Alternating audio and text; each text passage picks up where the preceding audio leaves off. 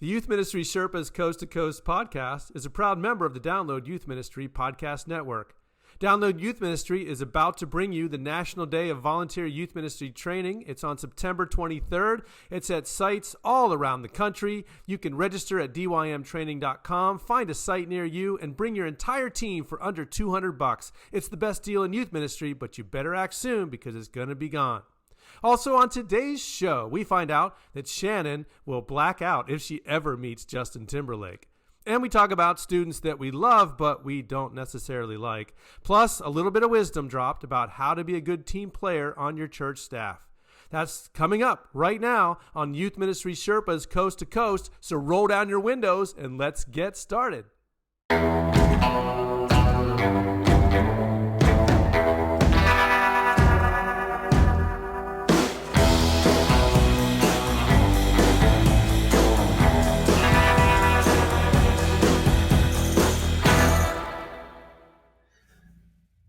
Hey friends, welcome back to the Youth Ministry Sherpas Coast to Coast, Youth Ministry with the windows down. My name is Steve Anderson and I'm joined by my fantastic co-host Shannon Dunn. Hi Shannon. Good morning. And Brock Morgan. Hey Steve. How are things out there on the West Coast, guys? Nice. Always good. Shannon was lamenting this morning that there are no sidewalks in her community, unfortunately, because she lives like on the ocean. So, you know. Sucks to be you, right? Tough life. Yeah. How have you guys been? Oh, so good. Was there an earthquake in Maryland, Steve? Yeah, there was. Also called kicking the table. Oh man, did you hear we had a hurriquake? Really? And Yeah. what is a hurriquake? During our hurricane, we had an earthquake at the same time because we just, double whammy. It's the apocalypse out here. Mm-hmm. How was that hurricane? Nothing. Nothing? No. It wasn't a hurricane. Well, I wouldn't call it okay. that. It rained. It did rain. It rained. Okay, Actually, and now that we got Shannon, it was worse because she's near the beach. Yeah, we had a lot of, it wasn't bad, but we had a lot of sideways rain. So like water came in my house. Our church did flood the bottom level, the student center, because it was blowing so hard sideways. I mean, that's it. It was not, nothing broke, but it was a lot. How long did it last? Like 12 hours, maybe? It was okay. Yeah. And to be honest, I'm a little more inland and it wasn't even windy. We had rain coming straight down. There was no sideways rain. And so I was kind of disappointed. I've been to Florida with a hurricane before. Yeah. In fact, on my honeymoon, we went to Florida. Kelsey and I are there, and it was a hurricane blew, like a real one. And we were stuck in our room for a couple of days. And to be honest, I was fine with that. It was our honeymoon. Okay, I was going to make a joke about earthquakes too there, but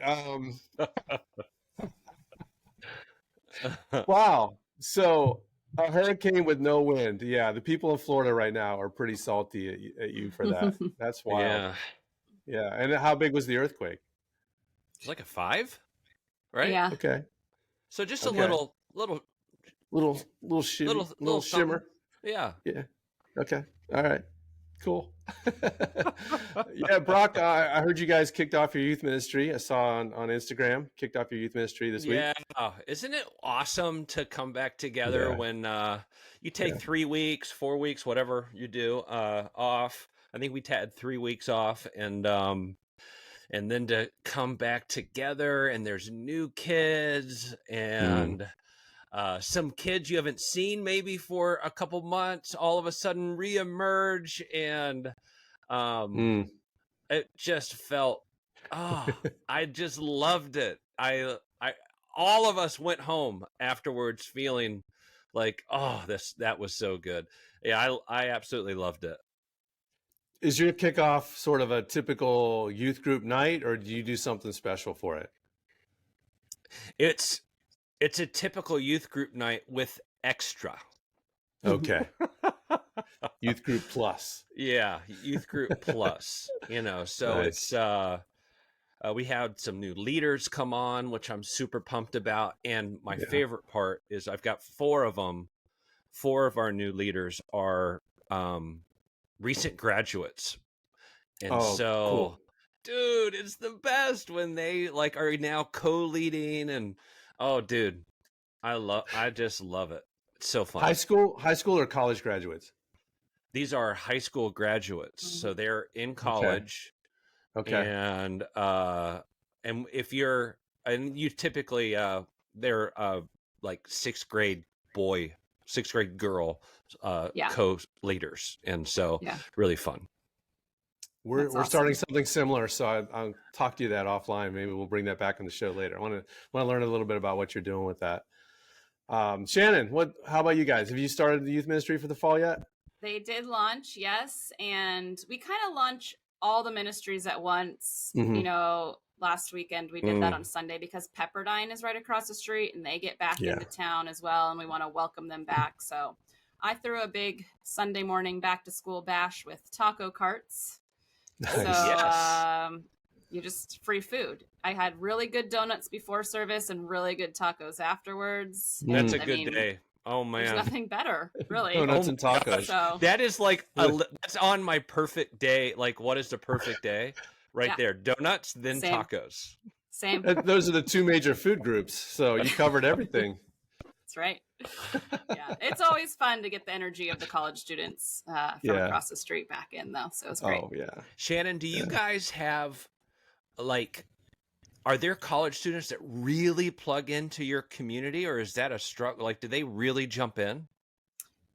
It's a small number, but yeah, every new incoming class, we get maybe 2 or 3. Usually they're the ones that start volunteering in the youth ministry. And then this is their home church for the 4 years. And even during COVID, we had some awesome ones who they got kicked off campus. They had to go home, but because we were online, they just joined us from, fun, wherever they were online. And so, it's great. Good. I love it. Cool.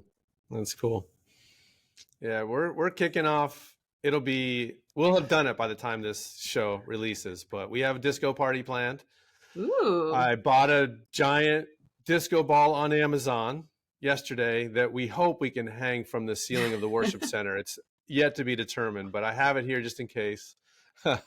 Isn't the youth ministry rule, don't ask permission, just apologize after? That is definitely, so last year we did a Western theme, and we unfortunately thought it was a good idea to bring all these straw bales into the worship center, which don't ever do that because you cannot get it off the carpet. So it was a bad result. But the only thing that could go along with the disco ball is that it falls on somebody, right? Oh, jeez. Well, that's the only thing I can think of. But it'll be fun. I'm looking forward to it. We got a big night plan. And like you said, Brock, to see everybody back, oh man, bring that on. We miss these kids. Oh, it's so fun. Yeah. All right, we're going to go into our first segment today. It's kind of a follow-up to our banter from our last episode when we were talking about people who don't like us. And Brock, first I got to start by checking in with you. Are you okay? Now that it's been, it's been a few days, been a few weeks. How you doing, man? Do you need to talk about it? Yes, obviously I'm struggling so much. I can tell. No, I'm doing great. It's just part of the deal. Oh man, I will say this though. We talked about how some people don't like us, and then Shannon was like, I can't think of a single person who has ever not liked me. Yeah. Self-deception can be a gift at times, right? Yeah. Yes. That's right. Since we talked, there is seriously somebody here who doesn't like me. I'm not going to tell the story yet because it's still being written. But oh man, this person does not like me. But anyway, what I wanted to talk about today isn't that. There are always, in any kind of work with students, there are going to be students that we really love and connect with and feel, an easy rapport with. And then there are going to be those that we don't connect with as well. And then there are going to be those that we really, really struggle to even like. No. Let's be honest. No, never. Shannon, what kind of students are hardest for you to just to like? Yeah. Oh man. I always really like the slightly obnoxious, naughty ones, actually. Like the ones that are like just not listening. That's actually my favorite kid. I don't know. So it's like, I was like thinking, but you know, the ones that are hardest for me are the ones that I call the Pharisees, the ones that think they're really righteous, the ones that like know their Bible really well, but like they actually I just think they're really naive and they're just gonna they know the words but not the heart. Totally. And I just think they're also like very naive, and so I have this like fear for them, like, oh, that's sweet, you're gonna go to college and you're gonna get rocked, like your faith is gonna get rocked and you're gonna get rocked. And I always try to break those ones a little bit, and they're also just hard for me, honestly. Yeah, I agree. And I think the fear is correct. Like they've been told what to think, not taught how to think. And the judgmentalism is, you can feel it coming off of them. Man. Oh yeah. Man, you guys are speaking my reality. Yeah. Shannon, we have a word in Pennsylvania Dutch country for that naughty kid. It's called Nixie. Nixie. So you get some Nixie kids. You like those Nixie kids? I do. Yeah. I do. They get the twinkle in their eye, you know, that they're thinking they're up to something. Something's about to go down. Well, because they are both the kid that's like the most disruptive and you have to discipline the most, but also they're the one that makes you laugh the most usually. Like they also come out with the joke that you're like, oh God, you should not be interrupting right now, but like I'm laughing so hard. It's so true. Do you have a favorite kind of kid? Yeah, I have a favorite. I was standing with a kid last week, and our pastor walks up. This is hilarious. I'm not even sure if I should be telling this story. Well, you're about to, so go for it. But this kid is just awesome. He's funny, and he always says things before he thanks. It's my favorite kind of kid. He looks at our pastor and goes, "Hey, Pastor Brock just said your wife is hot." No. Oh. I was like, what?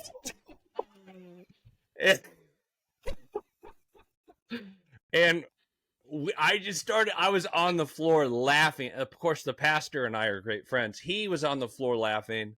And oh my gosh. This kid, I was like, that is hilarious. I can't believe that popped into your brain to say.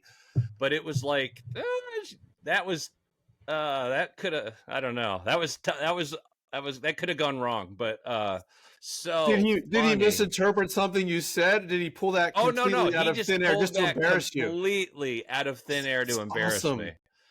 Isn't that awesome? Wow, that's a clever kid right there, dude. So quick, he's so funny. Typically, his section of the room in my talks are laughing, and I feel bad because I want to be in on the joke. Yeah. So I'm not upset that they're laughing. I just want to know what's the funny. Where's the funny? So there's some obviously I love passionate kids. Apathy drives me nuts. Apathy drives me nuts. But the opposite, even if it's passion going the wrong way, give me passion.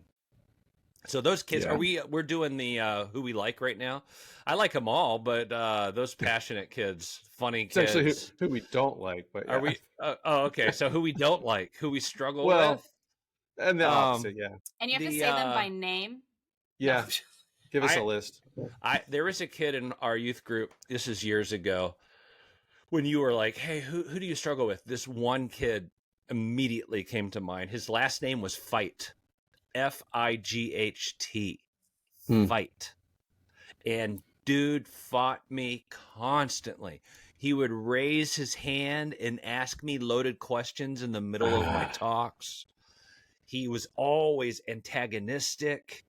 if I said one thing, he would say the opposite. If I was like, hey, let's go do this, he would say, no, let's go do that. And I slowly began to fear this kid. Aww. And I would even write talks with him in mind, knowing like, how would he get me? And oh, dude, he drove me nuts. Yeah. Fight. Did he make you a better youth pastor, do you think? I think he did make me a better youth pastor. He ended up being a gift. But dude, I remember, I was a young youth worker and just fearing this kid and what he might do. And he had power too. He could sway. And he was a rebel leader. I think I like that kid. Let me meet him. Yeah. Interesting. Right? Not in the moment, but afterwards. Yeah. Well, yeah. I love if you can get them, if you can turn them, right? If you can have them use their power for good and not evil. With great power comes great responsibility. I like the kids who are kind of all in for the culture and the vibe of the youth ministry. The ones who sit with you in the front of the van on the trip, but aren't annoying. You know those kids? Like the ones that they're all in. They love being around you, and you can actually have conversations with them that are fun, that are funny. I'm laughing because you said that aren't annoying, and because of what I thought of was the annoying one. Well, there are those, and they want to sit in the front too and drive you crazy. Yeah. Right. But but Shannon, I'm with you. The Pharisees are rough. Whew. The ones who not only they think they have all the answers, but they're ready to tell all the other kids about the wrong answers they just given. Yes. Oh, that's and sometimes those kids, I feel like those kids have a sense of like they kind of run the youth ministry, or they feel entitled to tell me what to do. Yeah. Do you have that? Do you have those kind of kids? Yes. Dude, I was a new youth pastor, and it's always tough being the new youth pastor. This was a previous church in Washington, D.C., and this kid came up to me. There was a large segment of Christian school kids, and this kid came up to me and said, my mom told me to try to find out what your theology is because she thinks you're probably a liberal. And so we're all trying to, figure out if you're crazy or not. And I was just like, oh my gosh. Interesting. Like no trusting your like goodwill and good intention. No. Just we got to find out what's wrong with this. What's wrong with this guy thinks? For the parents to encourage that, dude. Gosh, tough. You're gonna have to walk that kid back later from the precipice. This makes me want to call my youth pastor because I still talk to him. He's a local pastor, and be like, "Which kid was I?" How did you feel about me in youth group? Yeah. Oh, Shannon, come on! I can tell. You're like the awesome kid. Come on. I could have been the annoying the difficult one. Steve, I can tell. He has that that look about him. Shannon was the non-annoying one sitting in the front seat of the van. I was always in the front seat, and that's why I was like, oh no, was I the annoying one or the non-annoying one? I don't know. I'll call him up after. I think I was the annoying one. Yeah. So, we, like you said, Brock, we love all kids, right? We want to like all kids. We want to create an environment where everyone is welcome and loved. So how do we, maybe not even practically, but just how do we spiritually put ourselves in a place of actually having compassion and loving those kids that are really hard for us? Yeah, for me, it's been actually, Shannon, you go first. I saw you start to talk. Go. Okay. Well, I was going to do that thing we're not supposed to say and talk about my Enneagram number, but Oh, please. I'm an Enneagram 9, and one of the strengths of that is seeing all sides. And so I feel like I am good at that. And so I do try to always ask myself about what is going on with this student outside of what they're presenting to my face that is driving me bonkers. And so just to think okay, where are they coming from in their home, or what's going on in school, or, there's whatever the questions are. But I always just try to think about the other sides of the coin that I'm not seeing, but I know they're there, and then step back and pray that I can present with compassion. So yes, that's exactly what Shannon just said. That's it. Nothing else needs to be said. Maybe pray for them, right? It's hard to hate someone you are praying for, but yes, finding out why people are the way they are, finding out their background, their family, asking them questions, it can't help but cause you to become more compassionate. But don't you also, especially with the self-righteousness, don't you also want to speak into it? And so how do you do that? Because you know the background, it's probably coming from family situations or traditions or whatever. You're speaking deeply into the culture of that kid's family, parents, and maybe even developmentally, they're not quite ready to even go where you want to take them. So how do you? I'm looking for help here, people. I'm looking for help. Yeah, I think that is the hardest part. Is a lot of them have been bred to be Pharisaical, and the family dynamic and the way they. I think you can talk to them about exercising their restraint to and to be more empathetic and to understand other people's stories and perspectives and just broaden them a little bit without making mom and dad that's a fine line, because mom and dad have really bred a lot of this judgmentalism in some people, and you're coming against that a little bit. But you want them to help create the culture of warmth. That's the essence of youth ministry, is creating environments where students can experience the warmth of God, and students can contribute to that or disrupt that. And so visioning them, I think, is so important. Yeah.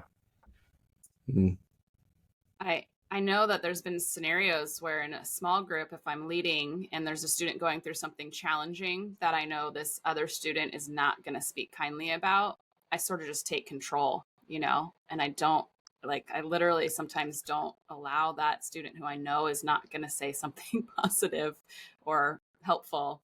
And then it is, like you said, bringing to light, wow, that's hard.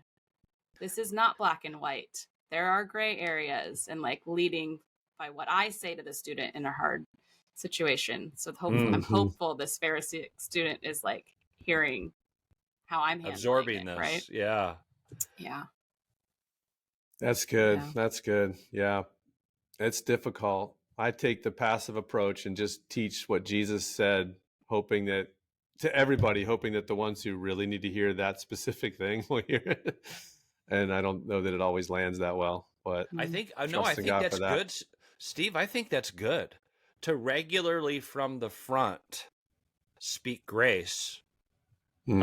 Is huge in developing a culture of grace. So I regularly will say that value. I will preach that value, and so it's got to come at all different directions. So that is good. Hey, youth ministry has all kinds of personalities that we have to deal with. Some are easy for us, some are hard. And if you want to stay in this, you have to learn to deal with all kinds of students in a way that helps them all to belong and feel loved, even the ones that aren't so easy for us, just like we probably weren't so easy for those who came before us too, right? So let's move into our next segment. It's time to get to know your Sherpa. Yay! Yay! So this is episode 5, and I was thinking about this. We haven't done much of an explanation about the name of the show, really. So I thought I'd just take a second and kind of give some background to that. The idea of the Sherpa is a thing associated with mountain climbing, right? And Sherpas are the ones who help carry the load up to the base camp and beyond, and they know the terrain. They're natives of the land, and they know how to get around and how to take care of themselves, and they're there to encourage the climbers who come in as they try to summit Everest or whatever. And it's an incredible like career, an incredible endeavor that these people take on. And so we chose that name Sherpa years ago for our original podcast because we thought, as veterans in youth ministry, we had some knowledge of the terrain, and we wanted to encourage people to continue on and make it to whatever the summit of youth ministry is, which I guess is dying as a youth pastor, right? Yes, that's it. So we came up with the name Sherpas, and yeah, that's the essence of it. And so with Brock and Shannon joining this show now, we still want to have that spirit of we're coming alongside with our experience and whatever wisdom we might have gained to try to help others along that trail and help them continue on in student ministry. And so that's where youth ministry Sherpas comes from. And yeah, you guys feel like a Sherpa? No. But God uses those who don't feel prepared. Yeah. So it's okay. It's dangerous to be a Sherpa. I mean, they're not guaranteed life on some of these extreme conditions either. So, but it's a role that we can step into and hopefully help someone else along the way. So Get to Know Our Sherpa is the segment of our show where we get to know each other a little bit better. We're still kind of relatively new to each other as friends, and you may not know us super well. So each week we're going to bring a question of the week for the others to wrestle with. And this time it is Brock's turn to bring that question. So all right, go ahead, Brock. So here's the thing. I want to do something fun, unrelated maybe to ministry, but I think it could show us a little window into your likes and your personality. So if you could have any musician or band play a special concert for you and your family and friends in your backyard, this could be living or dead. So like any artist, and I know Steve, he's thinking of King David on the harp because he's spiritual like that as a Sherpa. But any musician to come and to your barbecue in your backyard and play a special concert for you and your friends, who is the artist or band? Come on now, people. Let's get creative. Go ahead, Shannon. Oh man. Well, here's like the thought process. First, I was like, well, like, whoa, NSYNC, guys. What if NSYNC? Oh came my to my backyard? gosh. But I'd black out because I can't be in the same room as Justin Timberlake. I would faint. I'd pass out. I went to his concert and I was scared even to be in an arena with him because I thought I'd black out. So Dude, my husband knows that's this. Bucket list for me though. Justin Timberlake is bucket list concert for me. So that's a good so pick. I have a crush on him too, but I don't think I'd pass out. But yeah, I'd black out.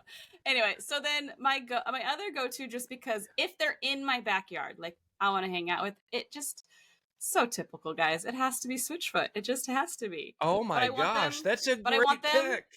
I want them to bring the Jonas Brothers with them and then do their new song. Okay. It's a new cover. Yes. Yeah. That's what I want. Yeah. Switchfoot. Yeah. Special guest Joe Bros. Okay. Oh my gosh, that's a great fun pick. Let me guess, Steve, you're going audio adrenaline. No. All right.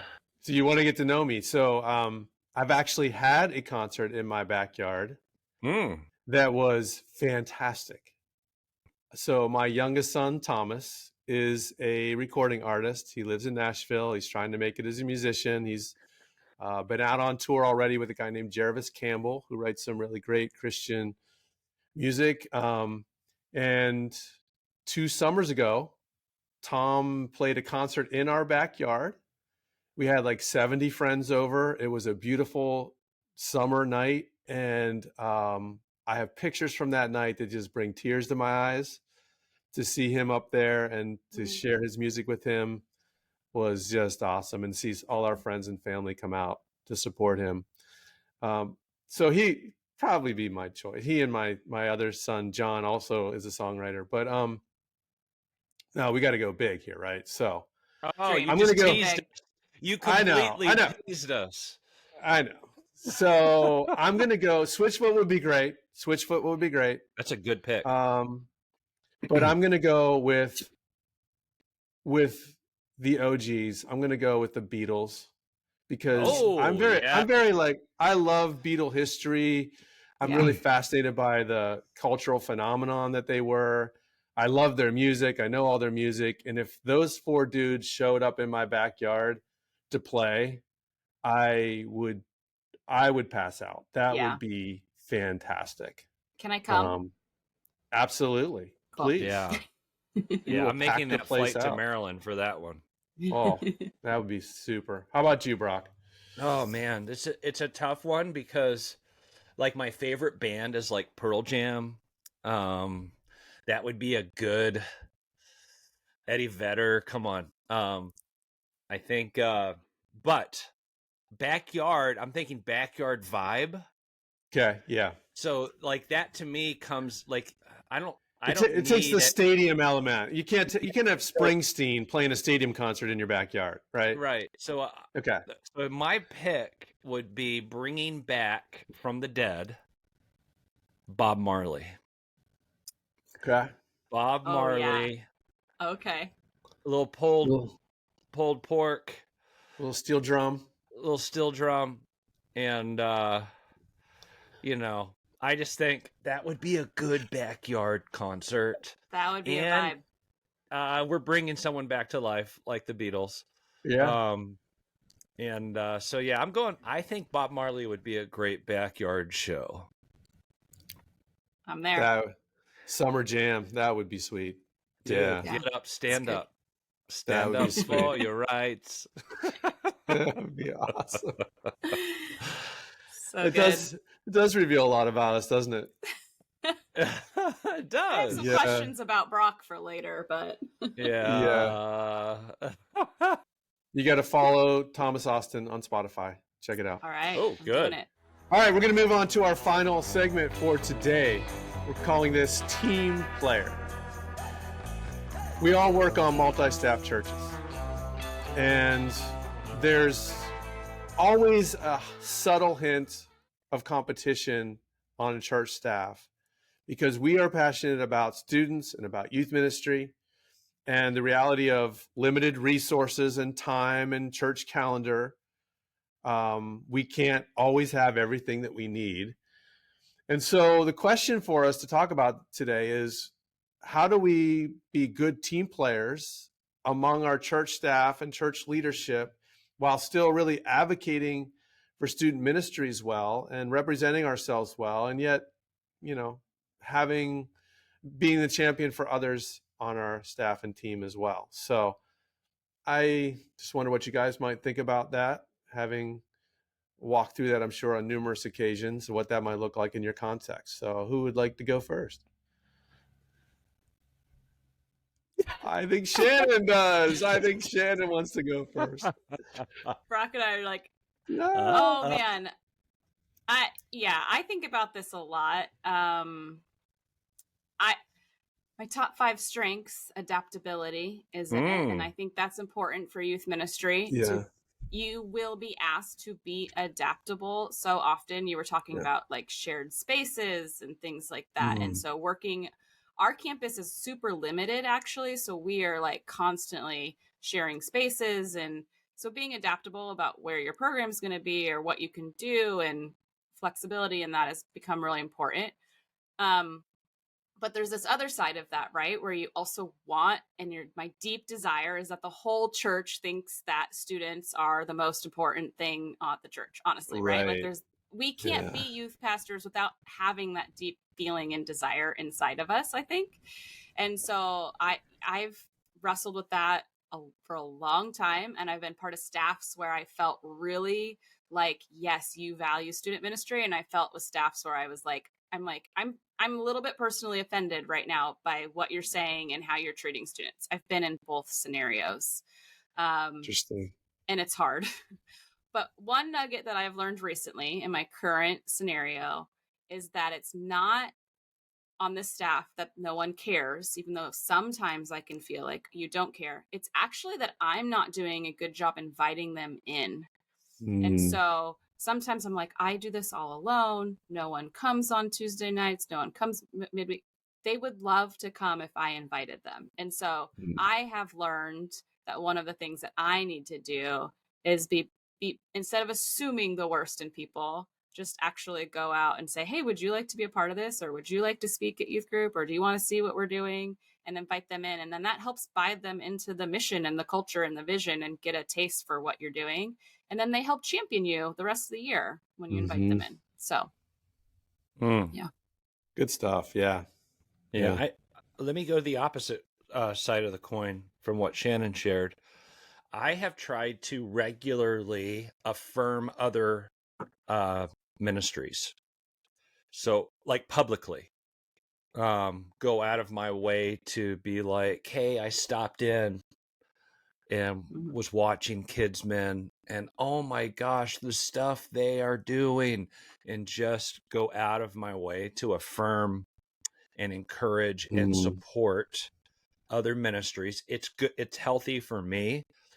It also, as I'm saying it, solidifies in my own heart and mind that they're important. You know, when you only see your own stuff, I think it can be really damaging to valuing your teammates. So I will regularly try to do that. And then I will volunteer on the team to do something outside of my purview, my responsibility.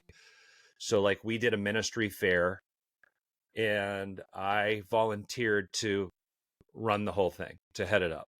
And that meant supporting every ministry on that day and prior to make sure they had what they needed to be successful on that ministry fair day.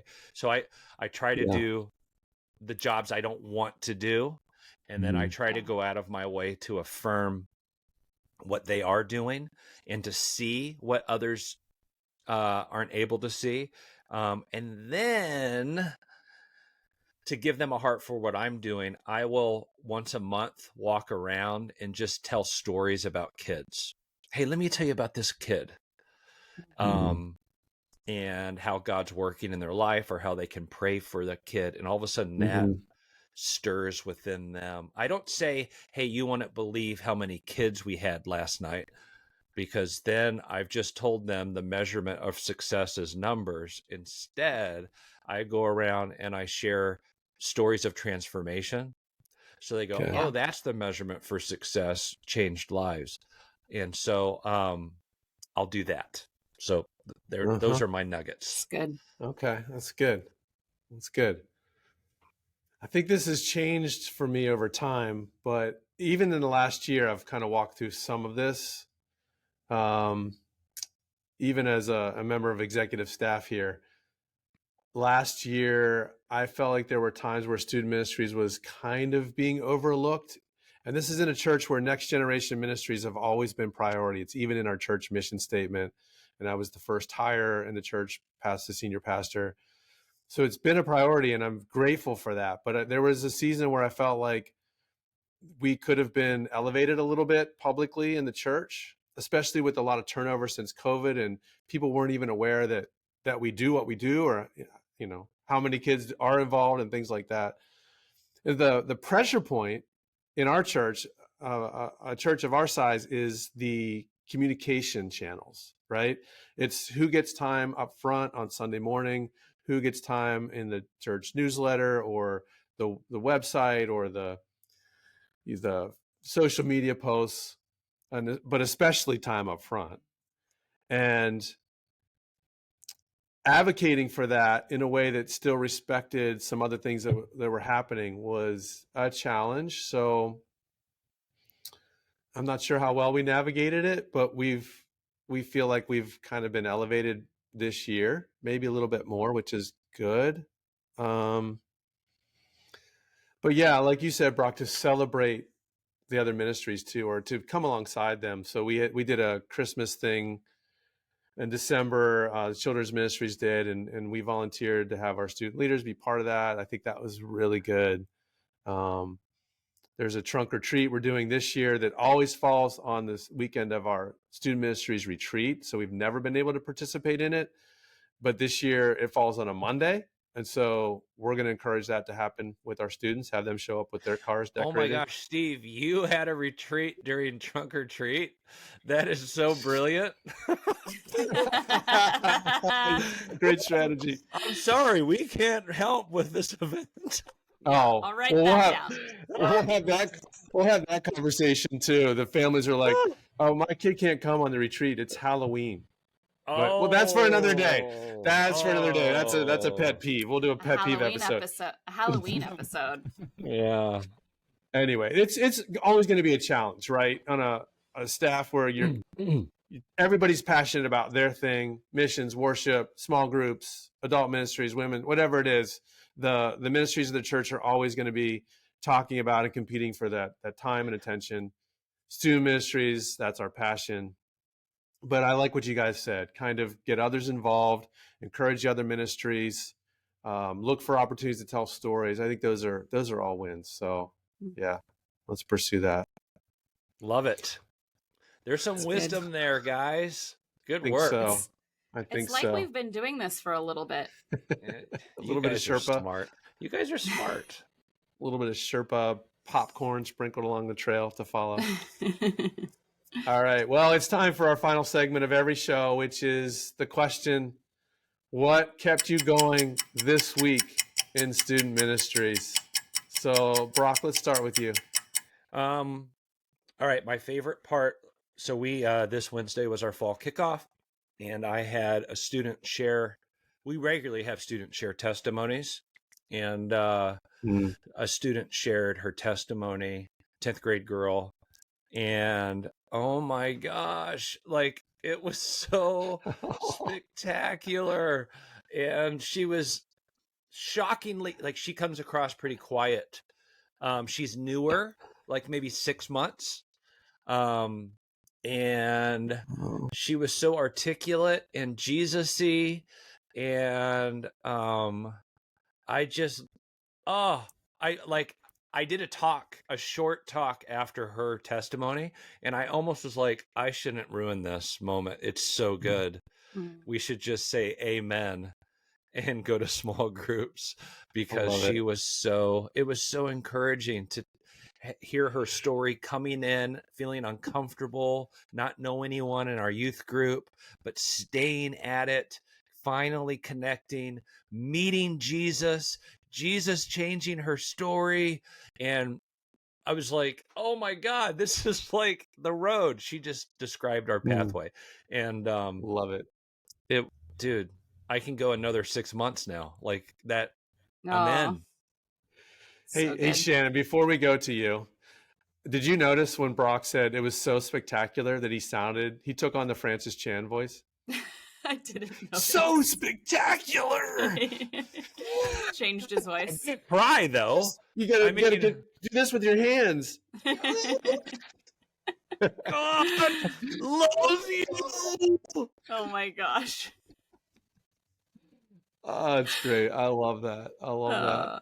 How about you, Shannon? Yeah, so I am in a year-long youth ministry coaching cohort through the Youth Cartel, Marco Stryker and the Youth Cartel. I've heard of that company. but it is a plug for them at the same time, and unintentionally.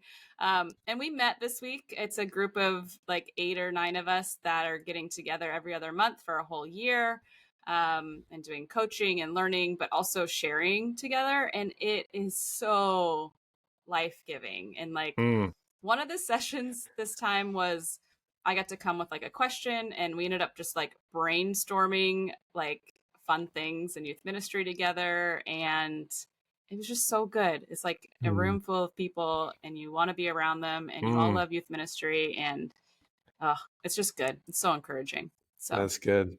Yeah. Yeah. His cohorts, Marco is the best at leading those cohorts, and they're so good. Steve, you've done something with Marco. I did the coaching training. Yeah. You did that with me. Yeah, I did. Yeah. I don't think I ever finished it though. I never finished the official certification. But we'll skip that. What kept me going this week? It actually has happened this morning. I had breakfast with a young lady that graduated in 2015. One of my favorite students of all time, and she is just such a beautiful young woman. She's a nurse, and she's already done 1 tour of duty on the Mercy ship, and she's now committed to 2 more years on the Mercy ship. So she's going to be in Madagascar and Sierra Leone, and it's just such a heart for God and people, and so humble and sweet and enthusiastic. And she was only home for she's only been home, I think, a couple of days, and she goes back Monday, and she's returning to the ship, and she reached out to me to spend time with. I was like, of all people, you reached out to your youth pastor? So yeah, that'll keep me going for a while. Dude, that is so amazing. Isn't that encouraging? Yeah. Oh. Yep. Especially this week, because the person who doesn't like me is letting me know. So it's good. It's good to be liked, right? It cancels out all the people who don't balance the scales. That's right. Oh. Well, as we wrap up today, we want to thank you for tuning in, watching, liking, and even subscribing. Shannon, on YouTube, what are they supposed to do? Smash that subscribe button. There you go. Come on.